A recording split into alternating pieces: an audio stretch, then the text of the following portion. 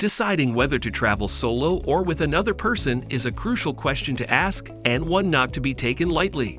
If you're not sure if your next trip is suitable for a one-man show or if you'd be better off with a buddy, here are pros and cons of 6 things to keep in mind before you pack your bags. Hey guys, welcome to our YouTube channel. In this video, we will tell you about the pros and cons of solo traveling. Please subscribe to our channel if you want to travel without having to endlessly wait until others are ready to grow. Now let's get started. Number 1. Freedom. Pros. Your journey is your journey. You don't have to follow anyone else's rules. What better way to find yourself than to immerse yourself in new cultures and experiences and make them your own? Once your initial fear and self-doubt subsides, realizing how empowering solo travel can be is an exciting reason to go solo. A trip plagued by uncertainty when you first arrive at your destination can be a huge confidence booster once you've completed your journey. Cons. It's common for first-time solo travelers to be a bit hesitant about the Globetrotter itself. It can be scary negotiating a taxi ride or eating a meal alone, especially when you're used to being around other people. Traveling to a place where you don't speak the local language can heighten this fear. If loneliness prevents you from fully exploring your goal, you may be better off with a partner. Number 2. Connecting. Pros. Solo travel opens the door to meeting people you wouldn't normally notice and visiting places that wouldn't be on a shared itinerary because you and only you define your journey. You'll quickly realize that you're not a one-man show, and the possibilities for mixing and blending are wide open. In fact, I would argue that traveling solo allows you to meet more people and spend more time with others, if you choose, than traveling with a partner. When you bring someone else, you are more likely to just talk and hang out with that other person and not meet anyone new. Cons. Traveling alone can be especially intimidating if you tend to be shy or rely on others to help you warm up to meeting new people. Especially if there's a language barrier, it can take longer to bond with other people on the road, and when you're traveling with another person, you have a built-in sense of comfort from day one. Number 3. Language. Pros. If you travel alone, you are much more likely to learn a foreign language faster. You have no choice but to speak the language or at least give it your best shot. Traveling solo allows you to better interact with the locals in their language. Cons. Traveling to a place with a foreign language always presents challenges, but with a travel partner you can collaborate and communicate creatively with the locals.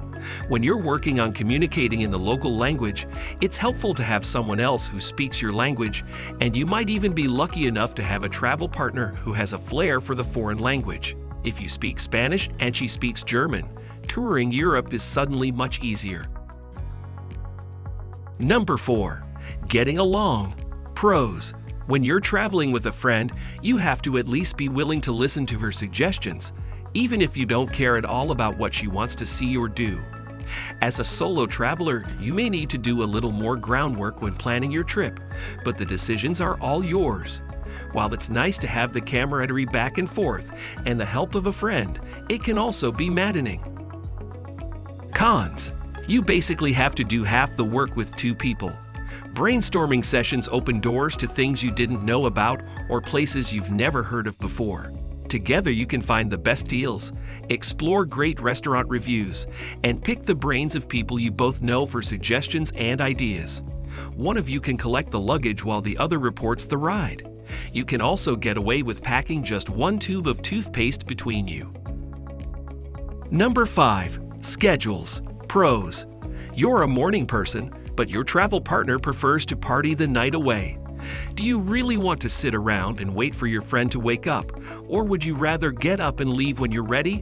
One of the biggest advantages of traveling on your own is that you make all your own decisions, especially when it comes to deciding what you want to do and when. If you want to breeze through the museum or skip it altogether for an afternoon of relaxing with a cappuccino and people watching, you can.